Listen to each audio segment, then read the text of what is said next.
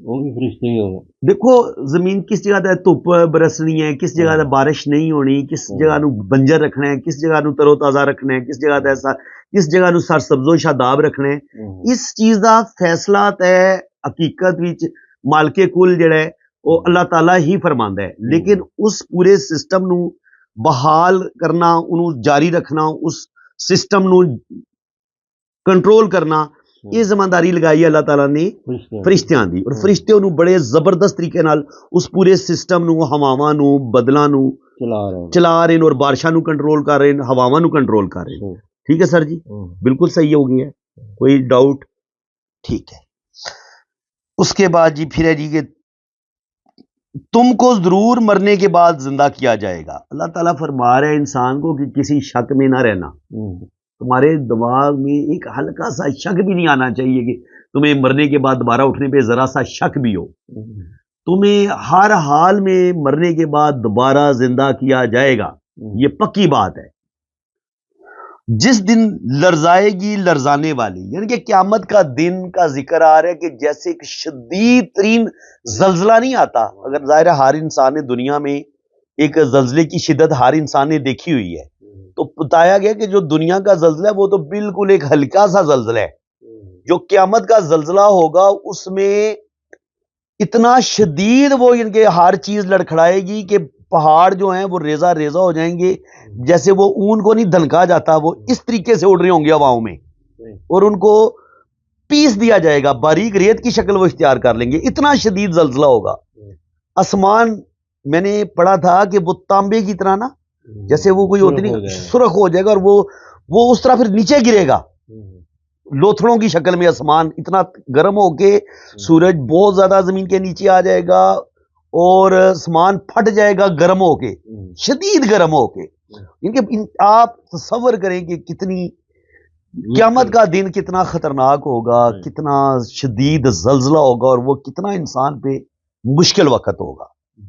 تو یہاں پہ صرف اللہ تعالیٰ نے جس دن لرزائے گی, لرزانا ہوتا ہے کسی, یہ جو کانپتی ہے, کسی چیز کو زور زور سے ہلایا جائے. ان کی بلڈنگیں جب آپ نے دیکھا ہوگا دنیا میں, آپ نے یوٹیوب پہ ویڈیو دیکھی ہوں گی کہ پورے کا شہر تباہ ہو جاتا ہے جب کوئی بڑا شدید بڑا ہائی لیول کا زلزلہ آتا ہے, تو 100 منزلہ بلڈنگیں بھی یوں گرتی ہیں جیسے وہ ریت کی بنی ہوئی تھی. پھر اس کے آگے, پھر اس کے پیچھے آئے گی پیچھے آنے والی, پھر اس کے پیچھے آئے گی پیچھے آنے والی, یعنی کہ قیامت کا ہی ذکر ہو رہا ہے نا, کہ اس کے بعد پہ در پہ جو واقعات پیش آنے ہیں نا, وہ پھر پہ در پہ وہ مشکل سے مشکل ٹائم انسان کے لیے شروع ہو جائے گا. ایک مصیبت کے بعد دوسری مصیبت, دوسری مصیبت کے بعد تیسری مصیبت. یہ ان مصیبتوں کا ذکر کیا جا رہا ہے کہ پھر اس کے پیچھے آئے گی پیچھے آنے والی, اور اس دن بہت سے دل لرز رہے ہوں گے. ظاہر ہے جی, جنہوں نے جو گناہگار ہوں گے, جنہوں نے دنیا میں کوئی نیکی کا کام نہیں کیا ہوگا, یا زنا کیے ہوں گے, شرک کیے ہوں گے, دنیا میں لوگوں کا حق کھایا ہوگا, انہیں تو اپنا نامہ اعمال نظر آ رہا ہوگا نا کہ آج نہیں بچنا, آ گیا وہ دن. ہاں وہ دن آ گیا. اس دن بہت سے دل سر جی لرز ہو ہی رہے ہوں گے نا, جنہوں نے دنیا سے شدید گناہ کیتے ہوں گے, جنہوں نے لوگوں کے حق کھادے ہوں گے, جنہوں نے کوئی بھی لمحہ اللہ دی یاد گزاریا نہیں ہوئے گا, جانوراں دی طرح زندگی گزاری ہوئے گی. جدوں انہوں نے قیامت والے دن اکھ کھلے گی, قیامت دا دن برپا ہوئے گا, انہوں نے قیامت نظر آئے گی, سوچو نا کہ اس وقت انسان دا میرے اور تواڈے سمیت کی اشر ہوئے گا, کیونکہ میں خود بہت گناہ گار ہاں, مینوں اپنے گناہ یاد آ رہے ہون گے, یار میں بہت زیادہ گناہ گار ہاں, میں بہت گناہ کیتے. اور جناب اس دن بہت سے دل لرز رہے ہوں گے, دہشت سے ان کی آنکھیں جھکی ہوئی ہوں گی.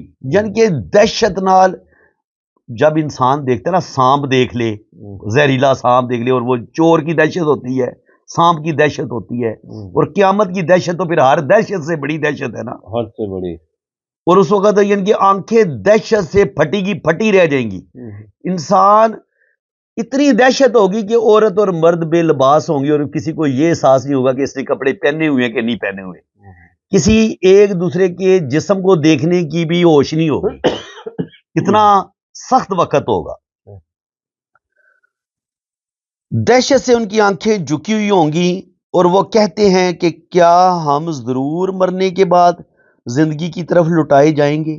یہ جناب دنیا میں اب بات ہو رہی ہے کہ جب وہ دنیا میں جی رہے تھے، زندہ تھے، کافر یا وہ مسلمان جو اللہ کو بھولے ہوئے ہیں، دین اسلام کو بھولے ہوئے ہیں، قرآن کو بھولے ہوئے ہیں، ان لوگوں کے بارے میں کہا جا رہا ہے کہ انہیں قیامت کے دن کا یقین نہیں تھا. وہ کہتے تھے کہ کیا ہمیں مرنے کے بعد کیا اللہ تعالیٰ واقعہ زندہ کرے گا.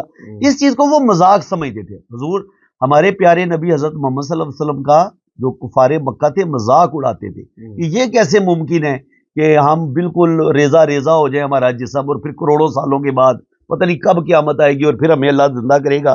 تو کیا ہم دوبارہ، یعنی کہ وہ اللہ تعالیٰ نبی سے سوال کر رہے ہیں کہ کیا ہمیں دوبارہ زندہ کیا جا سکتا ہے. حیرانگی سے پوچھتے تھے اس وقت.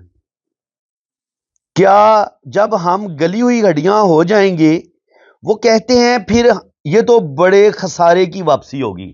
اس نے کہا کہ جب ہم نے اتنے زیادہ گناہ بھی کر لیے اور ہم نے کوئی ایک اللہ کی بات بھی نہیں مانی اور ہم نے اپنی مرضی کی زندگی گزاری اور ہم نے بے تحاشا گناہ کیے، اور جب ہم بالکل مر گئے، ہمارا نام و نشان بھی مٹ گیا، اور اس کے بعد اگر ہمیں دوبارہ زندہ کر دیا گیا، پھر تو یہ ہمارے لیے بڑی نقصان والی بات ہے.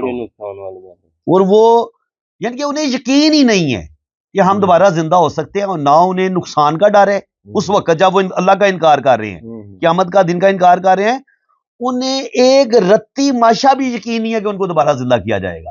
وہ اتنے سخت اپنے کفر پر ڈٹے ہوئے ہیں کہ ہم نے اللہ کو بھی نہیں ماننا، قیامت کو بھی نہیں ماننا، اللہ کے رسول کی کسی بات کو نہیں ماننا. تو اللہ تعالیٰ کہہ رہے کہ اس وقت تمہاری یہ سوچ تھی، تمہیں تو یقین نہیں تھا کہ تمہیں دوبارہ زندہ کیا جائے گا، اور اب دیکھو تو قیامت تمہارے سامنے کھڑی ہے، اور خوف اور دہشت سے اب تمہاری آنکھیں جھکی ہوئی ہیں، بلکہ پھٹی کی پھٹی رہ گئی ہیں، اور اب تمہارے دل خوف سے لرز رہے ہیں. تو اب بتاؤ اب تمہارا کیا حال ہے. وہ ضرور صرف ایک جھڑکی ہوگی، وہ ضرور صرف ایک جھڑکی ہوگی، اور پھر وہ اچانک، یعنی کہ اس میں ایک بہت بڑا زلزلہ، ایک بہت بڑا جھٹکا ہوگا ان لوگوں کے لیے، ایک بہت بڑا زلزلہ ہوگا. پھر وہ اچانک حشر کے کھلے میدان میں ہوں گے. اچھا جی، یہاں پہ ایک سوال آتا ہے کہ یہ جو حشر ہوگا، اس میں کیا 7 آسمان جو ہوں گے وہ ان کو لپیٹ دیا جائے گا، جتنی بھی کائنات ہے اس کو ایک ہی گراؤنڈ بنا دیا جائے گا؟ یعنی جو حشر برپا ہوگا وہ دنیا میں ہی برپا ہوگا، اور اسی دنیا کو دیکھیں نا، اس دنیا میں تو سارے انسان پتہ نہیں کروڑوں سالوں سے جو لوگ پیدا ہوئے ہیں، وہ ان کو ایک ہی جگہ پہ اکٹھا کرنا، ایک ہی زمین پہ اکٹھا کرنا، اس وقت پھر یہی ہے کہ تمام کائنات کو ایک ہی زمین بنا دیا جائے. سمندر جو ہے نا وہ ختم ہو جائیں گے، پہاڑ اڑ جائیں گے، ساری زمین جو ہے پلین ہو جائے گی. آسمان بھی پلین، زمین بھی پلین، سمندر بھی، آسمان بھی تو پھٹ گئے نا، اوپر بھی تو پھٹ گئے نا. اوپر جب قیامت کا ذکر آ رہا ہے تو صرف نیچے کی تباہی کا ذکر نہیں آ رہا، آسمانوں کی تباہی کا بھی ذکر آ رہا ہے. آسمان بھی پھٹ جان گے، جتنی تباہی زمین چ ہوئے گی اتنی تباہی اوپر بھی ہوئے گی، لیکن زمین کا جڑا میدان ہوئے گا انہوں بالکل پلین کر دیتا جائے گا. وہ نہیں ہوئے گا کیونکہ اتنے سارے لوگوں نے جمع کرنا ہے. اس کا مطلب ہے کہ تمام کائنات نو ایک جگہ تے بنا دیتا جائے گا اکٹھا. تمام مسلمانوں، کافرانوں، جتنے بھی جدوں بھی انسان پیدا ہونے شروع ہوئے حضرت آدم علیہ السلام تو، اور قیامت والے دن جڑا آخری بچہ پیدا ہویا ہے وہ اس پہلے انسان دی پیدائش تو لے کے آخری انسان دی پیدائش کے درمیان جتنے بھی زی روح پیدا ہوئے، چاہے وہ کافر سی، مسلمان سی، انہوں دا کسی بھی فرقے نال تعلق سی، انہوں نے ایک میدان بھی جمع کر دیا جائے گا. اس کا مطلب ہے کہ بے تحاشا اس دی تسی گنتی کاؤنٹ نہیں کر سکتے. جی خرباں، کئی خرباں، ٹریلین، اور جتنی کوئی گنتی دی حد ہوندی ہے، بلکہ جتنا حد ختم ہو جاندی ہے نا کوئی ان لمٹڈ، اس تو ہی زیادہ اتنے انسانوں کو اکٹھا کیتا جائے گا. جی پھر اچانک حشر کے کھلے میدان میں ہوں گے. کیا آپ کے پاس موسیٰ کی خبر پہنچی؟ اب یہاں پہ اللہ تعالیٰ نا موسیٰ علیہ السلام کا ذکر فرما رہے ہیں کہ کیا آپ کو موسیٰ علیہ السلام کی زندگی کا پتہ ہے؟ یہاں پہ موسیٰ علیہ السلام دی زندگی دے بارے سر دسیا جا رہا ہے، ایک واقعہ دا، ہاں ایک ذکر کیتا نہیں، انہاں دی زندگی دا ایک سٹارٹ دسیا گیا ہے. انہاں دی زندگی دا آغاز، جڑی انہاں دا نبوت دا، رسالت دا جڑا آغاز سی، او دا ذکر کیتا جا رہا ہے کہ جب ان کے پاس رب نے وادی طویٰ میں انہیں ندا فرمائی.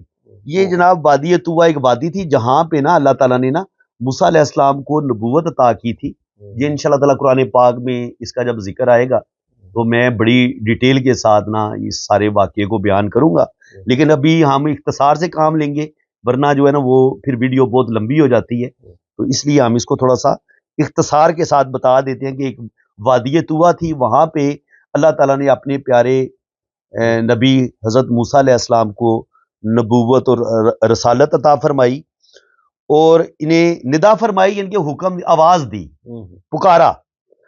ندا ہوتی ہے جی، پکارنا ہی ہے نا جی، آواز دینا، ندا پکارا کہ آپ فرعون کے پاس آپ فرعون کے پاس جائیں، بے شک اس نے سرکشی کی ہے۔ دیکھیں جی، فرعون اس وقت کا بادشاہ تھا، اس وقت کے جو بادشاہ تھے ان کو فرعون کہتے تھے، اور وہ بادشاہ جو تھا انتہائی ظالم تھا، اور اپنے آپ کو اس نے خدا کہلوانا شروع کر دیا تھا، اپنے آپ کو وہ خدا سمجھتا تھا، اپنے آپ کو سجدہ کرواتا تھا، اور جو موسیٰ علیہ السلام کی جو قوم تھی بنی اسرائیل، ان پر وہ بہت زیادہ ظلم زیادتی کرتا تھا۔ قرآن پاک میں سب سے زیادہ یہ بنی اسرائیل کا اور موسیٰ علیہ السلام کا ہی ذکر ہے، اس لیے جب ہم یہ سلسلہ شروع کیا تو آگے بڑا ڈیٹیل کے ساتھ، بڑی تفصیل کے ساتھ ہم موسیٰ علیہ السلام کی قوم کو بھی ڈسکس کریں گے، بنی اسرائیل کو بھی ذکر کریں گے، ان پر جو اللہ تعالیٰ نے رحمتیں نازل کی، ان پر جو انعامات ہوئے ان کا بھی ذکر ہوگا، پھر جو انہوں نے سرکشیاں کی، ان پر جو عذاب نازل ہوئے ان کا بھی ہم بڑی تفصیل کے ساتھ ذکر کریں گے، کیونکہ قرآن پاک میں سب سے زیادہ حضرت موسیٰ علیہ السلام کا ذکر آیا ہے، ان کی کسی بھی امت کا اتنی زیادہ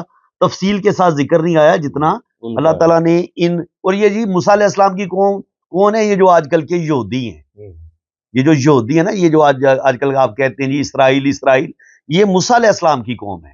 تو یہ سٹوری بڑی پرانی ان کی دشمنی ہے مسلمانوں کے ساتھ اور اسلام کے ساتھ، اور یہ اللہ کے نبیوں کے بھی دشمن رہے ہیں۔ خیر یہ بڑی ڈیٹیل کے ساتھ ہم پڑھیں گے، ان کی سرکشیوں پہ کو بھی پڑھیں گے، انہوں نے جو نبیوں کو قتل کیا بنی اسرائیل نے ان کا بھی ذکر ہوگا، لیکن وہ آگے انشاءاللہ تعالی بڑی ڈیٹیل کے ساتھ۔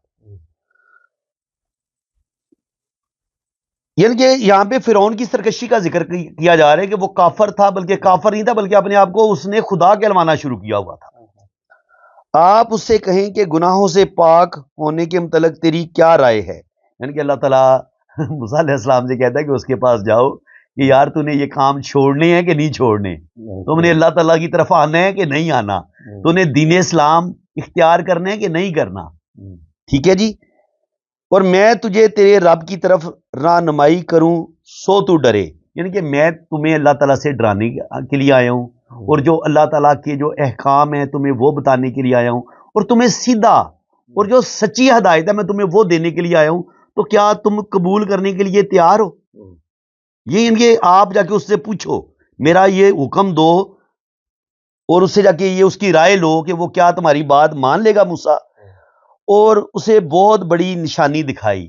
ظاہر ہے یہ ایک بڑا لمبا چوڑا واقعہ ہے کہ وہ حضرت موسیٰ علیہ السلام ادھر گئے، پھر فرعون نے کہا کہ جی میں تمہیں کیسے اللہ کا نبی مان لوں، تو ظاہر ہے موسیٰ علیہ السلام پہلے ہی اللہ تعالیٰ سے کچھ نشانیاں لے کے آئے تھے، ایک تو وہ اپنے وہ ہاتھ ڈالتے تھے بغل میں، اور وہ ہاتھ جو ہے وہ جیسے لائٹ نہیں ہوتی اس طرح ان کا ہاتھ جو ہے وہ روشنی اس میں سے نکلتی تھی، چمکنا شروع ہو جاتا تھا، ٹھیک ہے جی؟ اور دوسری ان کے پاس ایک لاٹھی تھی، تو وہ ایک بہت بڑا اژدہا سانپ بن جاتا تھا۔ تو یہ دو معجزات لے کے موسیٰ علیہ السلام جب اس کے دربار میں آئے، اپنی نبوت کی یہ جو نشانیاں دکھائیں، تو اس نے بجائے اس کے، ظاہر اگر وہ موسیٰ پر ایمان لے آتا تو پھر اس کی اپنی بادشاہی خطرے میں اسے نظر آئی، اور وہ کوئی بھی انسان کی ایک فطرت ہے جو اس کے پاس سرداری ہوتی ہے، جو اس کے پاس یہاں پہ چھوٹی سی سیٹ ہو وہ نہیں کوئی چھوڑتا، وہ تو مصر کا بادشاہ تھا اس وقت، بہت بڑا بادشاہ، تو وہ اسے یعنی کہ وہ کفر پہ بضد رہا، اس نے کہا جناب کہ موسیٰ تم جادوگر ہو، اس نے موسیٰ علیہ السلام کے جو معجزات تھے ان کو جادو قرار دے دیا، تو اسے بہت بڑی نشانی دکھائی، سو اس نے تکذیب کی اور نافرمانی کی۔ اب یہاں پہ تکذیب ہوتا ہے انکار کرنا، میں نے یہ قرآن پاک کا ترجمہ شروع اس لیے کیا ہے کہ اب جو اتنا انسان پڑھا لکھا نہیں ہے اس کے لیے تکذیب کا لفظ بڑا مشکل ہے۔ ایک ان پڑھ نارمل بندہ جو پڑھا لکھا ہے یا جو اسکول گیا ہی کو نہیں، تو وہ اگر اسے تھوڑی تھوڑی اردو آتی ہے، وہ قرآن پاک کو پڑھنے کی کوشش کرے گا، وہ تو پھر الفاظ میں ہی الجھا رہے گا کہ اس کا کیا مطلب ہے، اس کا کیا مطلب ہے۔ تو یہ آپ کو قرآن پاک پڑھانے کا سکھانے کا مطلب بھی یہی ہے کہ ہر طرح کا بہت پڑھے سے پڑھا لکھا آدمی بھی اس سے بھی فائدہ ہوگا، اور جو بالکل نارمل سی جس کی تعلیم ہوگی یا بالکل تعلیم نہیں ہوگی اس سے بھی جناب فائدہ ہوگا۔ ہاں، اور اسے بہت بڑی نشانی دکھائی، سو اس نے تکذیب کی اور نافرمانی کی، یعنی کہ فرعون نے موسیٰ علیہ السلام کا انکار کر دیا کہ جناب نہ میں نے تمہارے اللہ کو ماننا ہے، میں خود اللہ بنا ہوا ہوں، میں تمہارے اللہ کو کیسے مان لوں، اور میں بالکل نہ تمہارے باتوں کو مانتا ہوں بلکہ تم جھوٹے اور تم ایک جادوگر ہو۔ پھر اس نے پیٹھ پھیری اور ان کے خلاف کارروائی کی، یعنی کہ اس نے انکار کر دیا اور کہا کہ نہیں اب میں تمہیں کچھ نہ کچھ سزا دوں گا کہ تم میری، ان کے ظاہر حکومت میں جب بادشاہ کو کوئی خطرہ ہو کہ جناب یہ بندہ تو میری حکومت کے لیے خطرہ ہے، اب تو بادشاہ کی عادت ہوتی ہے کہ وہ بادشاہ اس بندے کو نہیں چھوڑتا، یا تو اسے قتل کرنے کی کوشش کرتا ہے یا پھر اپنی حکومت سے بے دخل کر دیتا ہے کہ میرے ملک سے نکل جاؤ، کوئی نہ کوئی سزا بادشاہ ضرور دیتا ہے۔ اس نے لوگوں کو جمع کر کے یہ اعلان کیا، پس کہا میں تمہارا سب سے بڑا رب ہوں۔ پس اللہ نے اسے دنیا اور آخرت کے عذاب کی گرفت میں لے لیا، بے شک اس میں ڈرنے والوں کے لیے ضرور عبرت ہے۔ اس کا مطلب ہے کہ جناب انہوں نے موسیٰ علیہ السلام کی گل نہیں منی، انہیں انکار کیتا، بلکہ انہیں پھر ایک کوشش کی تھی کہ کدھر میری جڑی رعایا ہے، جڑے میرے ملک دے باشندے یہ نہ ہوئے کہ یہ موسیٰ تے مان لے آمن تو میں کلا رہ جا۔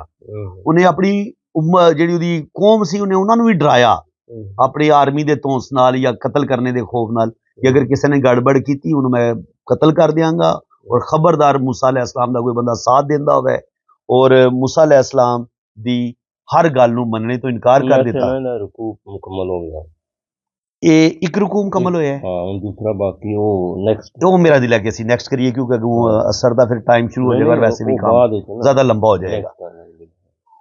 اچھا جی، دعا کریں جی اللہ تعالیٰ ہماری جو نیت ہے آپ لوگوں کو کہ ہم مل کے قرآن پاک سیکھیں سمجھیں، تو آپ لوگوں سے یہی کہنا ہے کہ آپ اپنی رائے کا اظہار بھی کر سکتے ہیں، آپ کے جو کامنٹ ہوں گے، جو بھی آپ رائے دیں گے یا جو بھی آپ کچھ بھی سوال پوچھیں گے ان سوالوں کے جواب بھی آپ کو دیے جائیں گے، اور اگر آپ کوئی اسلامی کوئی مسئلہ آپ پوچھتے ہیں یا کوئی بھی، تو وہ بھی انشاءاللہ تعالیٰ ہم اچھی طرح تحقیق کر کے آپ کو آپ کے سوالوں کا جواب دیں گے۔ میں نے اپنا واٹس ایپ نمبر دیا ہوا ہے، ظاہر ہے ہر بندے کے پاس موجود ہے، تو آپ میرے واٹس ایپ پہ رابطہ کر سکتے ہیں۔ تو بڑی خوشی ہوگی اگر آپ ہمارے ساتھ مل کے قرآن پاک سیکھیں گے سمجھیں گے۔ باقی اس میں آپ دیکھ لیں، کل بھی میں نے ایک ویڈیو اپلوڈ کی ہے، اس میں نے 2 قرآن کی صورتوں کا ترجمہ اور تفسیر میں نے بیان کی ہے۔ اس میں بھی آپ نے دیکھا ہوگا کہ ہم کوئی ایسی بات نہیں کرتے کہ کسی کی دل آزاری ہو یا کسی ایک فرقے کو ہم نے لے کے چلنا ہے، نہیں، ہم وہی چیز لے کے چلیں گے جو صحابہ کا دین تھا۔ کیوں جی؟ صحابہ کا تو کوئی فرقہ نہیں تھا نا، کوئی تھا فرقہ ان کا؟ وہ تو سنی و شیعہ نہیں تھے، کیا خیال ہے؟ میرے خیال کوئی نہیں تھے، وہ تو ایک اللہ پر ایمان لاتے تھے اور صرف اور صرف اللہ کے پاک رسول پر ایمان لاتے تھے۔ تو بالکل ہم وہی اپنا طریقہ کار رکھیں گے، ہم نے کسی نہ ایک فرقے کو جھوٹا ثابت کرنا ہے نہ کسی کو سچا ثابت کرنا ہے۔ ہمارے لیے ہر وہ چیز سچ ہے جس کو اللہ تعالیٰ نے کھلی آیات میں بیان کر دی ہے۔ کیوں جناب؟ جس میں اللہ تعالیٰ نے کھول کے قرآن کی، اب دیکھیں نا یہ چیز جتنا آج ہم نے قیامت کے بارے میں پڑھا ہے، موسیٰ علیہ السلام کے بارے میں پڑھا ہے، اس میں اب کوئی چیز ایسی ہے جو ہمیں سمجھ نہ آئی ہو؟ اللہ تعالیٰ نے ہر چیز کھول کے، اور اسی لیے اللہ تعالیٰ نے فرمایا کہ میں نے قرآن پاک جو ہے وہ سمجھنے والوں کے لیے بڑا آسان بنا دیا ہے۔ یہ کچھ لوگ کہتے ہیں کہ جی یہ بڑا مشکل ہے جی، آپ اکیلے سمجھ نہیں سکتے، یہ ہے وہ ہے۔ مقصد یہ ہے کہ قرآن کے نزدیک نہیں جانا، ہم مولویوں کو آپ نے ہم سے قرآن پوچھنا ہے، ہم سے چیز پوچھنی ہے۔ تو آپ دیکھ سکتے ہیں کہ قرآن پاک میں آج کل جتنی بھی مساجد میں آپ نماز جمعہ پڑھنے جاتے ہیں تو وہ اس طریقے سے وہ قرآن پاک کو میرا خیال ہے اس طریقے سے پڑھا سکتے ہیں جیسے ہم ابھی قرآن پاک کی ایک آیت کو پڑھایا ہے، ایک آیت کو ہم نے ڈسکس کیا ہے۔ تو میں نے تو 40-50 سال تو مجھے بھی ہو گیا مسجدوں میں نمازیں پڑھتے ہوئے، تو کسی بھی مسجد میں اس طریقے سے کوئی ہو سکتا ہے اللہ کا نیک بندہ اس طریقے سے قرآن پاک کو سکھا رہا ہو، لیکن اب آپ کو ادھر ادھر کے قصے کہانیاں، پولیٹکس، سیاست، یہ تو آپ کو ممبروں پہ نظر آتی ہے، لیکن قرآن پاک کو بہت زیادہ باریکی کے ساتھ یہ جمعے والے دن جو علماء ہیں جب عوام اکٹھی ہوتی ہے اس وقت بھی یہ نیک عمل کیا جا سکتا ہے میرے خیال میں۔ تو اگر کوئی عالم میری گفتگو سن رہا ہے، اس کے کانوں تک میری آواز پہنچ رہی ہے، تو میری آپ سے ریکویسٹ ہے کہ ادھر ادھر کی کہانیاں جمعہ میں آپ نہ سنایا کریں، صرف اور صرف قرآن کو لے کے چلیں جو کہ قرآن اللہ کی سچی کتاب ہے۔ سر جی میں نے صحیح بات کی ہے یا غلط بات کی ہے؟ جی بالکل صحیح بات کی ہے نا. یہ قرآن کو لے کے چلے نا, قصے کہانیاں تو نہ سنائیں. کیا جو اسلام ہے وہ قصے کہانیوں پر مشتمل ہے یا قرآن ہمیں اللہ تعالیٰ نے ایک سچی کتاب دی ہوئی ہے جس میں ہر چیز اللہ تعالیٰ نے کھول کھول کے بیان کی ہوئی ہے. اور انشاءاللہ تعالیٰ ہمیں کسی پر اٹیک کرنے کی ضرورت ہی کوئی نہیں ہے. جب ہم سچ کا سچ اور جھوٹ کا جھوٹ بالکل الگ کر دیں گے تو ہمیں کسی کے خلاف بات کرنے کی ضرورت ہی محسوس ہی نہیں ہوگی. جو غلط ہوگا اس کو خود پتا چل جائے گا کہ میں غلط ہوں, میں غلط رستے پہ تھا. تو اب جس نے ہدایت لینی ہے وہ سارا ہمارے ساتھ جڑے پڑے, اور اگر کہیں پہ ہمارے منہ سے غلط لفظ نکلتا ہے وہ ہماری اصلاح بھی کرے کمنٹس میں. ہاں کامنٹ سیکشن میں بتائے کہ جناب نہیں یہاں پہ آپ قرآن پاک کو ٹھیک نہیں سمجھے, تو انشاءاللہ تعالی ہم آپ کی بات پر پوری طرح غور کریں گے اور دیکھیں گے کہ آپ بالکل صحیح کہہ رہے ہیں. اور جہاں کہیں ہمیں اپنی غلطی کا احساس ہوگا ہم اپنی اس غلطی کا اعتراف اپنی اگلی ویڈیو میں کریں گے کہ جناب یہاں ہمیں سمجھنے میں تھوڑا فرق لگا ہے. لیکن مزہ تب ہے کہ آپ کے پاس بھی پھر اچھا خاصا نالج ہو تاکہ آپ ہمارے علم میں اضافہ کریں. کیا جی کیوں جی؟ ہاں تو یہ سلسلہ شروع کیا ہے. انسان کی جب نیت اچھی ہوتی ہے نا تو اللہ تعالیٰ مدد ضرور کرتا ہے. تو مجھے لگ رہا ہے کہ اللہ تعالیٰ میری مدد کرے گا کیونکہ ہماری لالچ ہی کوئی نہیں ہے. اس میں کوئی لالچ نہیں ہے, کوئی غرض نہیں ہے. مقصد سر جی ایک ہی ہے جی میرا اور آپ کا کہ اللہ کا جو ایک سچا کلام ہے وہ لوگوں تک آسان سے آسان لفظوں تک پہنچے اور ٹھیک ٹھیک معنوں کے ساتھ پہنچے. جو اللہ تعالیٰ کہہ رہے اس میں ذرا سی بھی لفظوں کا ہیر پھیر نہ ہو, بات کو گھمایا نہ جائے. کیا خیال ہے؟ دعا مانگے جی, اللہ تعالیٰ دعا مانگے. آپ تھوڑا جی اونچی آواز میں دعا مانگے. یا اللہ یہ جتنا بھی ہم نے پاک کلام پڑھا ہے نا اس کو قبول فرما اور ہمارے دلوں کو پھیر دے. میں نے تو کل سے ہی جب میں نے یہ شروع کیا کام میں نے تو کل سے ہی صغیرہ گناہوں کی بھی توبہ کی ہے, کبیرہ گناہوں کی بھی توبہ کی ہے کہ یا اللہ میں کچھ بھی ہو جائے اب میں کسی گناہ کی طرف نہیں جاؤں گا. جتنا مرضی مجھے اپنے نفس پر قابو پانا پڑے, بڑا مشکل کام ہوتا ہے گناہوں سے بچنا کیونکہ شیطان آپ کے سینے کے اندر ہے نا, یہ خون کی طرح آپ کے اندر حرکت کرتا ہے. یہ آپ کو کبھی بھی نمازوں کی طرف نہیں جانے دے گا, قرآن پاک سیکھنے کی طرف نہیں جانے دے گا.